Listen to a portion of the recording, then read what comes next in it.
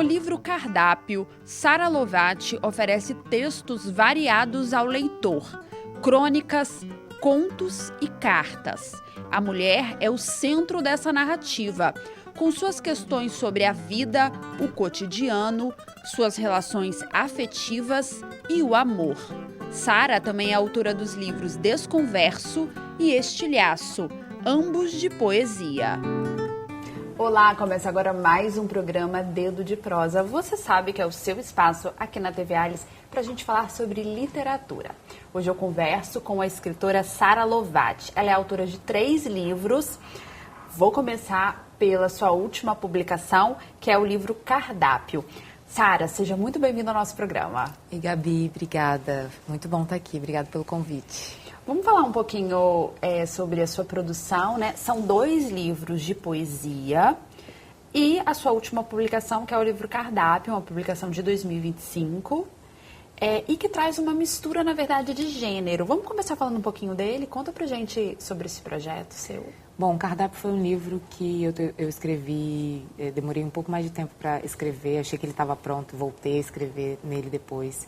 E nesse segundo momento que eu peguei ele para refazer e repensar, eu fui adicionando textos e adicionando um pouco deixando mais robusto essa implicação enquanto aos gêneros literários. Então, eu dividi esse livro em 3 partes, né?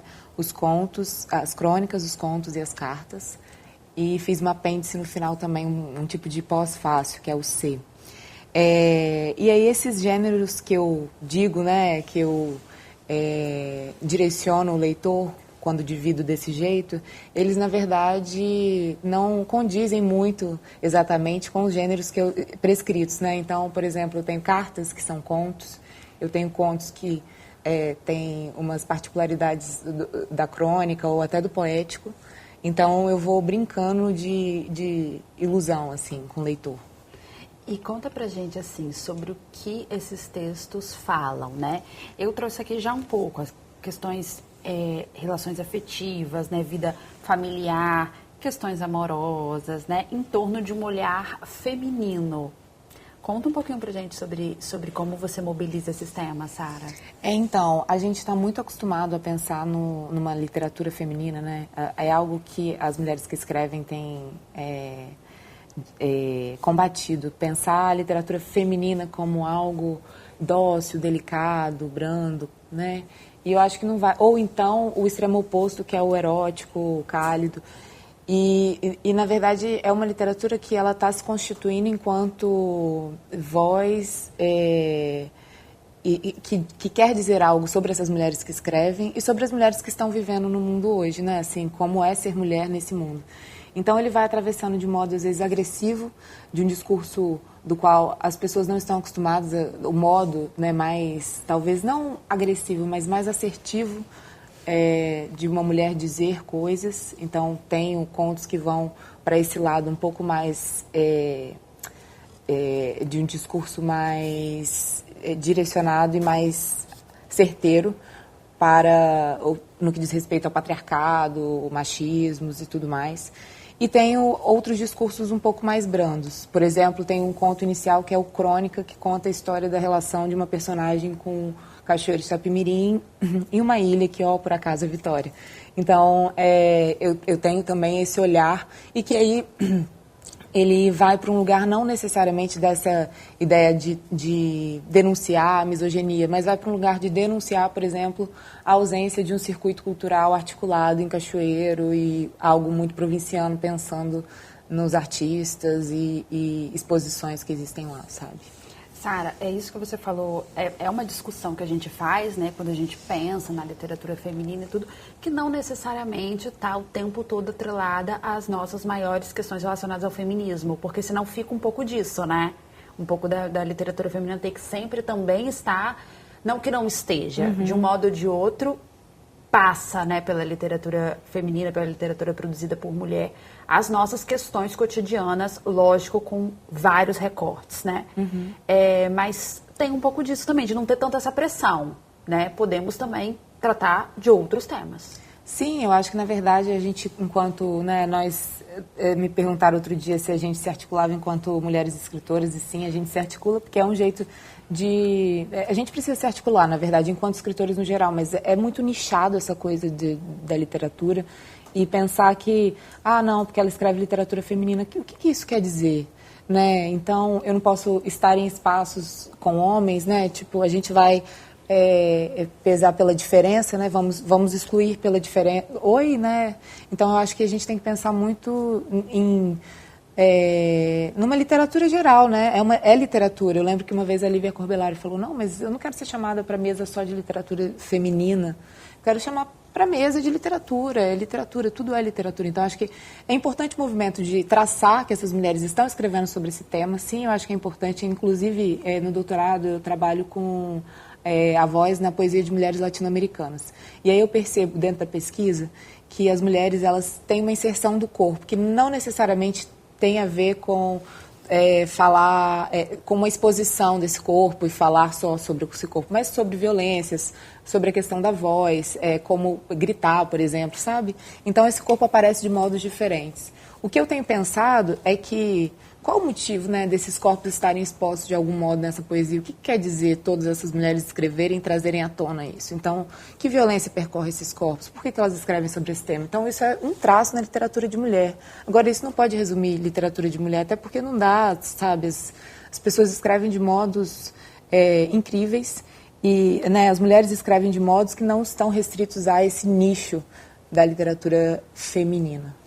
Você citou um pouco a questão do erotismo que passa, né, pelo seu livro, também pela literatura produzida por mulher, obviamente que não se resume, mas vem, né, enfim, todas as questões que atravessam a literatura feminina ou a literatura produzida por mulher, enfim, de acordo com o que cada um quer adotar, sim, né? Claro, não. Como é que o erotismo está no seu livro, assim, no seu escrever, digamos assim? Tá, eu lembro que o Grijó até me perguntou isso, nossa, por quê, né? Como que você traz isso e tal, mostrando que isso era uma aparição muito intensa. E aí eu comentei com ele, e eu acho que é por esse lado, e comentei agora também no início da entrevista, as pessoas acham muito incomum as mulheres trabalharem alguns temas. Eu acho que a sexualidade é um dos temas que as pessoas acham em comum e eu não sei por que elas não naturalizam isso. É lógico, né, que a gente não vai usar um repertório amplo de palavrões e palavras sabe? Não é por aí. O que eu quero dizer é possível a gente constatar uma subjetividade que está relacionada com a sexualidade e a gente não precisa censurar isso, né? Acho que a gente tá muito acostumado a agir socialmente de modo a censurar alguns desejos. E eu acho que passa por aí também, acho que o erotismo passa por aí e a literatura, ela é um espaço que eu encaro com muita liberdade, então não acho que seja é lógico também que eu não vou colocar ali só porque tem que estar, só porque é um espaço de liberdade, eu vou colocar um monte de coisas relacionadas ao erotismo sem pensar tecnicamente em como construí-las, mas eu gosto de colocar essas questões até porque a gente, como eu disse, é muito censurado. Então, se eu posso trabalhar com essa liberdade e nas minhas normas, eu faço isso com o texto. Eu acho que a literatura ela também vem, né, para a mulher que escreve, que utiliza o recurso da escrita, também vem como uma libertação, né? Claro, com certeza. Eu acho que é um encontro... a gente vive, né? A gente tem um grupo de mulheres que comenta sempre sobre as relações com a solidão, né? Essa coisa da solitude e tal, como é ótimo, mas ao mesmo tempo ruim.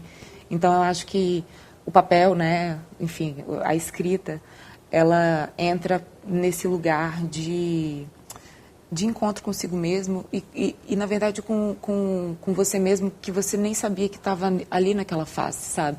E eu acho que também... vai para esse lugar da sexualidade também, né? Então, eu acho que é um caminho conjunto, de alguma forma, de descoberta. Agora, o livro Cardápio, que é a sua última publicação, você falou um pouquinho da questão dos gêneros textuais, dessa mistura, né? Crônicas, contos e cartas, mas que não está aí tão definido, tem tem um samba aí entre uma coisa e outra. E os seus 2 outros livros são de poesia, isso, né? E você Como que a poesia ela está no cardápio ou ela não está no cardápio, né? Como que foi essa experimentação para publicar outros gêneros, né, gêneros textuais? Sim. Bom, a poesia é servida no cardápio, isso eu posso garantir.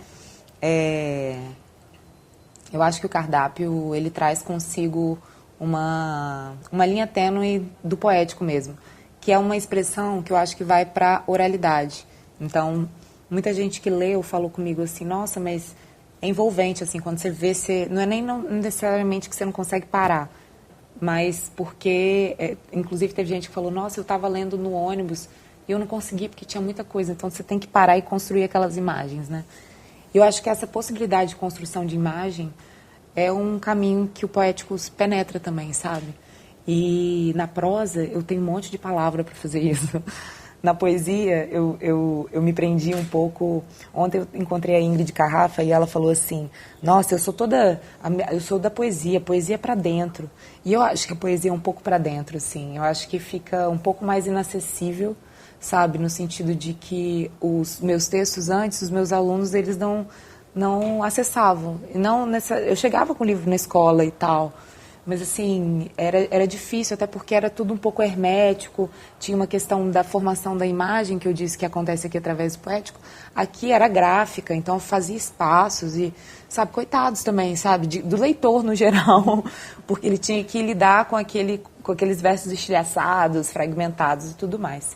E aqui eu consigo fazer uma construção mais, um pouco mais madura, talvez, que ela não necessariamente é só poética, ela é poética e também diz outras coisas.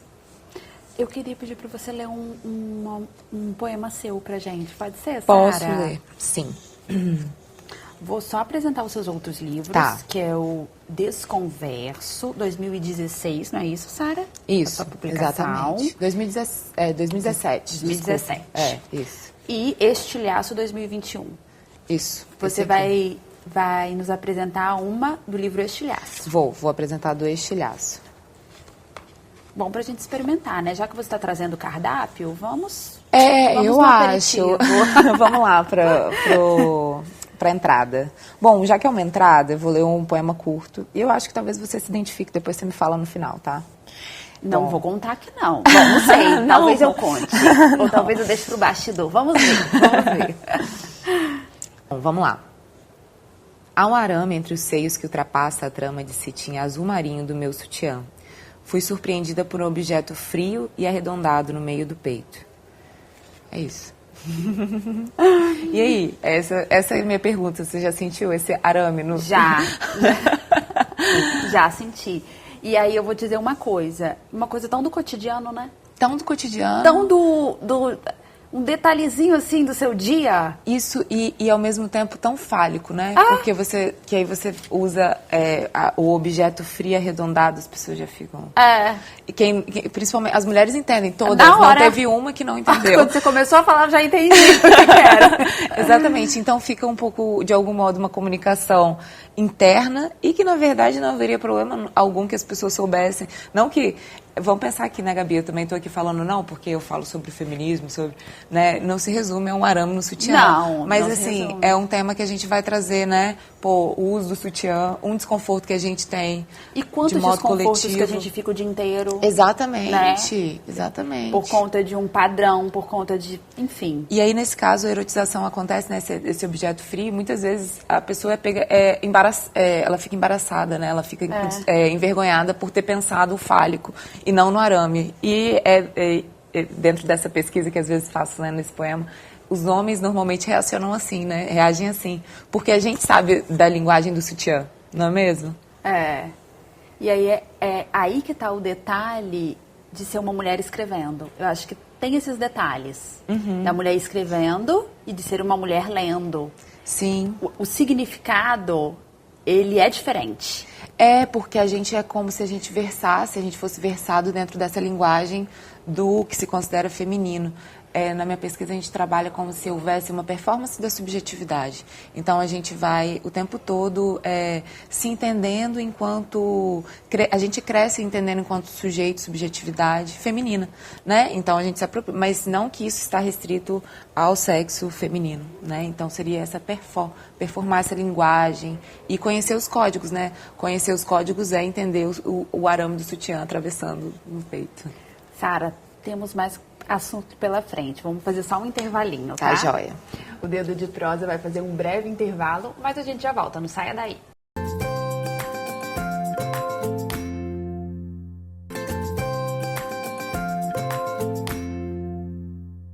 Estamos de volta com o segundo bloco do programa Dedo de Prosa, hoje conhecendo um pouco do trabalho da escritora Sara Lovati. Sara, falamos um pouco sobre sua última publicação, que é o Cardápio. Experimentamos um pouquinho da sua poesia, falamos até de arame de sutiã, porque a gente aqui também no Dedo de Prosa é assim, tá? A gente vai conversando. E eu queria saber um pouquinho, Sara, da sua relação com a literatura. Você sempre foi uma criança, uma adolescente que leu muito. Como que a literatura te tocou e como que isso se transformou nesse potencial de escrever, né? E se tornar uma escritora? Tá. Então, eu lembro que desde pequena a gente teve, né, oportunidades aí de estudar em escolas que davam uns respaldos interessantes, sabe? De trabalhos culturais e teatro, e, enfim. Então, acho que isso influiu muito na minha formação. Lembro de deixar com o professor de português caderninho de poesia, assim, muito fundamental ainda.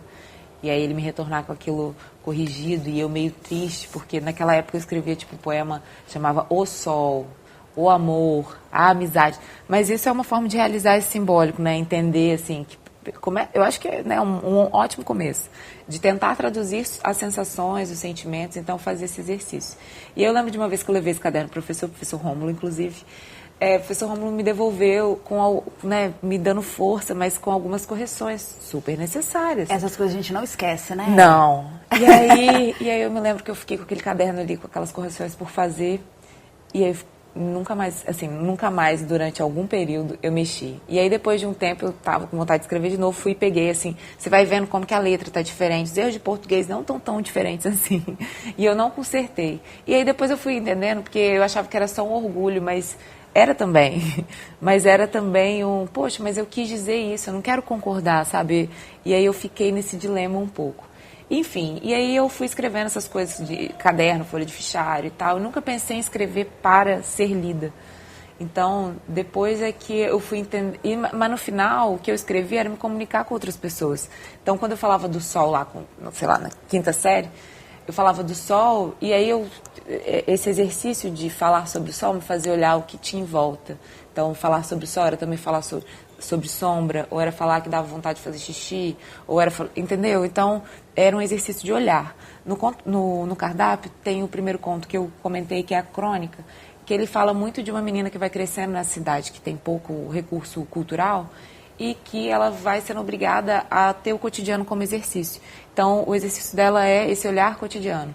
Então, eu acho que eu tenho um pouco dessa personagem, nesse sentido de tentar exercitar a linguagem de modos diferentes. Eu gosto muito disso. E de explorar essa criatividade, né? Hoje em dia, eu acho que eu passei esses dias um exercício para os meninos de fazer um caderninho artesanal, um livrinho artesanal, e aí eles não conseguiam pegar o que era criar uma história, sabe? Era muito difícil criar uma história. Então, acho que a gente está muito limitado. Às vezes, o iPhone, né? Os telefones, quer dizer, eles vão deixando a gente muito limitados, né? A coisa já vem pronta. Você joga na inteligência artificial, ela já produz a imagem. E a gente está com déficit, né, de produzir a imagem. E é muito importante fazer isso. Não só para quem escreve, né? Mas para viver. Né? E aí também tem uma questão geracional, né, Sara? Você que é professora, que tem essa vivência de sala de aula, e aí você traz aqui uma referência sua de contato com literatura, livro e com o exercício de escrever relacionado à sua vivência dentro da escola, né? Isso. E também tem uma questão geracional, porque a nossa geração, já estou colocando a gente no mesmo bolo, tá? Sim. Na mesma faixa. A nossa geração é uma geração muito mais desconectada, né, do que a geração de hoje. Sim. De alguma forma, isso entra também nas suas reflexões de sala de aula, aí também, né, na sua atividade de professora, porque aí você como professora, você também tem uma outra visão, porque também é escritora. Como que você consegue trabalhar essas questões? Eu acho que você tem razão, assim, essa questão geracional ela faz sentido, porque na nossa época, né, ficar no tédio era isso, você ficava no tédio, você queria desenhar, você não tinha outra coisa para fazer, você não tinha o celular para ficar ali rodando, então... Ou você lidava com o seu tédio. Minha mãe falava isso, sim, até hoje ela fala para minha filha, ela fala, não, ela tem que lidar, é um sentimento. É, isso. É um sentimento. Então, e aí as pessoas acabaram se tornando assim, me entretenha, né? Me entretenha, querem ser entretidas o tempo todo. Então, fica muito complicado trazer o livro para a sala de aula sabendo que essas pessoas querem ser entretidas o tempo todo. Então, mas ao mesmo tempo eu gosto desse desafio porque faz a gente voltar algumas casas, sabe? Ou até avançar, dependendo de como for. Avançar no sentido de, às vezes, usar a inteligência artificial a nosso favor, ou usar um aplicativo. Mas normalmente eu volto a algumas casas com mais frequência. Que é o quê? É levar eles para a biblioteca, que é apresentar o livro. E aí é muito legal estar nesse lugar, assim, agora. Tá interessante porque eu estou dando aula para um público adulto. Inclusive, beijo pro Eja e Ifes. Eles são os queridos. E aí está sendo legal porque é um público adulto, então eu consigo trabalhar alguns temas do cardápio. E eles também entendem alguns processos, né, que a gente vai contando de vida, de experiência. Então, é interessante. Daí, é legal ocupar, como eu falei, né, é legal ocupar esse lugar porque eles me veem como além da professora, que eles, né, estão ali, estou ali ensinando espanhol e tal, mas aí eles me veem como, nossa, mas como assim? Como que é isso? Porque as pessoas acham que ser escritor é um negócio, né, nossa, que chique. E assim, acho um pouco chique, não vou negar. Mas porque eu acho que a gente tem que achar chique de algum modo, né, que não é ser chique, mas dá trabalho, acho que é valorizar, sabe, esse trabalho, porque se a gente não faz isso, quem é que vai fazer? Inclusive, muito obrigada por valorizar nosso trabalho. Mas tem no sentido de que eles podem almejar isso, sabe? E tira do pedestal a literatura. Eles podem escrever. Ah, mas será que é literatura? Não estou falando se é ou não literatura, é escrever, sabe? É importante. Porque tem uma coisa também da distância do escritor, né? Sim. É como se fosse aquela... Né, tem uma distância muito grande até o escritor. Não consigo chegar nesse lugar, né?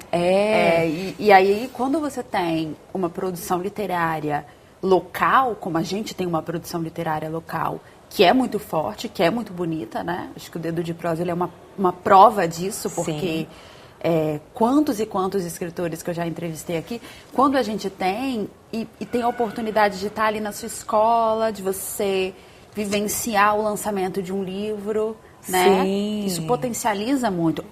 A própria professora é uma escritora, potencializa muito, né, Sara? Exatamente, não, é um movimento... E eu acho que tem a ver com o que a gente estava falando no início sobre essa literatura feminina e tal, que é quase como se fosse um lugar inalcançável. A gente vai sempre deixando a literatura, sabe, inalcançável, colocando em nichos e... Não, a gente tem que proporcionar esse acesso, porque é acessível.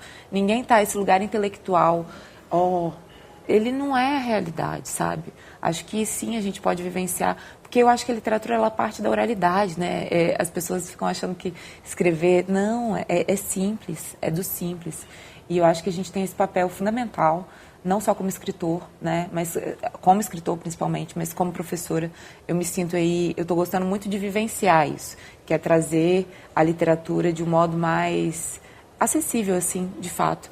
E aí, Sara, eu quero saber a sua relação com a leitura e o que você indica pra gente. Pode ser assim, o que você está lendo no momento, você pode trazer autores, né, que estão próximos a nós aqui no Espírito Santo, que eu sei que você tem essa vivência, você tem contato com muitos autores, inclusive entrevistados aqui do Dedo de Prosa. Então, o que você traz pra gente? Bom, eu tenho trabalhado muito na minha pesquisa algumas escritoras latino-americanas, daí é muito legal atravessar, assim, esse circuito, né? Porque igual a gente estava falando de literatura capixaba, e às vezes a gente fica muito preso aqui, né? E aí tem explorado aí outras fronteiras. Às vezes a gente não quer colocar o rótulo e quando vai ver, colocou o Ai, rótulo. nossa, desse jeito. É muito complicado. Difícil. Nossa, e a gente tem que, né, ao invés de manter esse rótulo, acho que de fato tirar esse estigma e atravessar aí outros lugares. Eu tô lendo o livro da Andréa Delmasco, Aiditi Camburi. Estou adorando. Eu tinha ouvido falar no programa do Grijó, né, que ela foi entrevistada. E tô gostando muito. Então, se posso, ainda não terminei. E aí, mas tenho sensações muito machadianas, assim. Isso é muito engraçado. Eu lembro que eu mandei mensagem para a Aline e disse que ela também falou: Sara, lê o livro de Andréa Delmasco que você vai adorar. Aí eu mandei, cara, como que ela faz isso? Eu fiquei nessa, assim, é sério que ela dá uma de Machado de Assis aqui, na minha cara. Foi isso que ela fez. E faz maravilhosamente bem. Então, Aiditi Camburi, da Andréa Delmasco, é a minha sugestão. Ai, tá ótimo. E você tem trabalhado assim, eu sei que você acabou de lançar um livro, né, de 2025. Ai, lá vem essa pergunta. Mas lá vem, a gente não aguenta. Mas sem pressão, tá, Sara? Sem pressão. Mas você tem trabalhado em algum novo projeto? Às vezes já tem alguma coisa lá que você já está escrevendo, já está pensando em reunir um próximo livro? Ou é cedo ainda para falar? Ai, nossa senhora, vamos lá. Então, na verdade... Eu sempre tenho um projeto na gaveta. Você sempre tem. E às vezes ele vai falar o que nem é o que está na gaveta, exatamente. Sabe? É algo ali que está ali na área de trabalho. Mas a gente está com um projeto de ver se o cardápio se torna websérie. Então, isso eu acho que é um projeto interessante. Eu acho que daí outros frutos vão render. E assim, o meu projeto que está nos últimos 2 anos, né, que é defender minha tese de doutorado. Então, acho que é um grande projeto. Vai conseguir. Eu acho. E bora que bora e fazer, né, esses percursos. E um super ato de escrever, né, uma tese, Nossa. gente. Lógico que não é no campo literário, é uma outra questão, mas uma super... É acadêmico, exatamente. Lógico. E eu acho que essa é a dificuldade. E precisamos disso, pra gente fortalecer a nossa ciência. Nossa, com certeza. Falando de literatura, né, com certeza.